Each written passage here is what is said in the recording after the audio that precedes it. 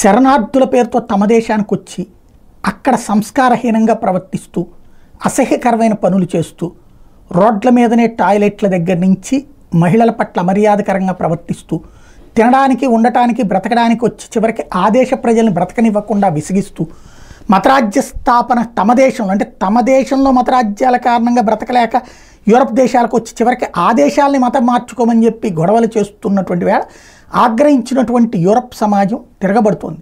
ప్రతి దేశంలో కూడా యువతరం తిరగబడుతున్నారు. విద్యా ఉద్యోగోపాధి అవకాశాలకు ఇలా వచ్చినటువంటి శరణార్థుల వల్ల వాళ్ళకేం ప్రాబ్లం లేదు. కానీ ఈ తరం నాశనం అవుతుంది ఈ శరణార్థుల వలన, వీళ్ళు చేస్తున్నటువంటి పనుల వలన తమ దేశాలు నాశనం అవుతాయి అన్నటువంటి కారణంగా ఎదురు తిరుగుతుండటం వల్లనే ఏదైతే జాతీయవాద ప్రభుత్వాలు వివిధ దేశాల్లో అధికారంలోకి వస్తున్నాయి. ఇది నేర్చుకోవాల్సింది, తెలుసుకోవాల్సింది అదే. ప్రతి ప్రపంచంలో ఉన్నటువంటి వాళ్ళు మన వాళ్ళు కూడా శరణార్థులు అంటే బ్రతుకు తెరువు కోసం వచ్చినటువంటి వాళ్ళు. కానీ ఆ దేశపు బ్రతుకునే మార్చేద్దాం అనుకుంటే తిరగబడుతున్నటువంటి యువతకి సజీవ సాక్ష్యం తాజాగా ఆస్ట్రియాలో కూడా వామపక్ష భావజాల ప్రభుత్వాన్ని పక్కన పెట్టి జాతీయవాద ప్రభుత్వాన్ని ముందుకు తీసుకెళ్లే ప్రయత్నం చేస్తుండటం.